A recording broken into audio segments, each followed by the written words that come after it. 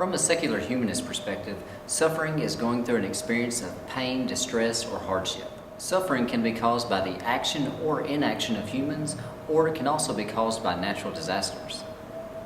Two types of suffering are mental suffering and physical suffering. Physical suffering can be along the lines of someone who is lacking clothing, food, or shelter. It can also be caused by sickness or injury.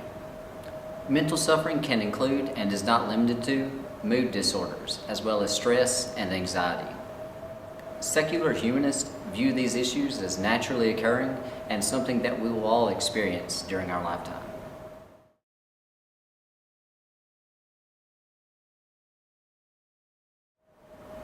When it comes to a crisis of faith or worldview in my case, during times of turmoil, it's fairly common for people to have doubts about their worldviews and to begin to rethink them.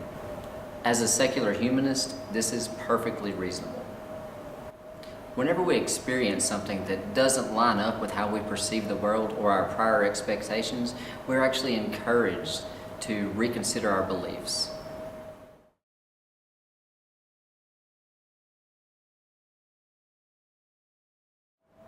On the subject of quotes to ease suffering, secular humanists can refer to literature and history as well as other options.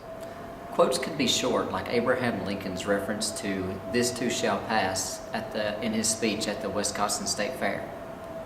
Or they can be long, elaborate, heartfelt passages from other sources. However, secular humanists try to be more practical than just using quotes. Words are encouraging, but our actions are better at repairing and preparing. Each situation will be different, so there's not one answer to everything. So we should try to educate ourselves as much as possible. When it comes to responding appropriately to suffering, we want to make sure that we are helping and not hurting. So from a secular humanist worldview, we employ scientific skepticism to help discover what methods work best at alleviating suffering. There are very few things, if any, that we can be absolutely certain about. And if we are acting in an emergency, then we may not know what to do.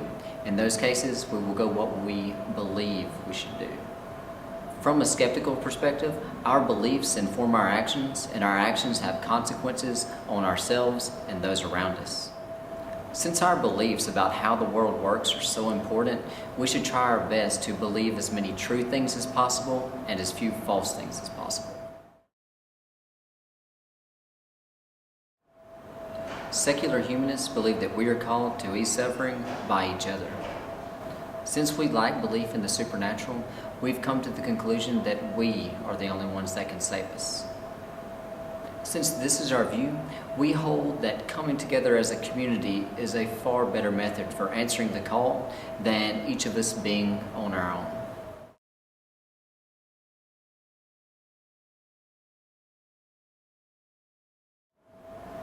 On the issue of balancing the care of yourself with the care of others, it's important to realize that helping others depends on self-care.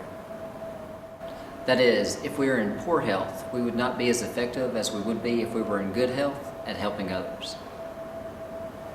We should be aware as to how our health is and how much sleep we are getting to make sure that we are actually helping others while simultaneously not hurting ourselves.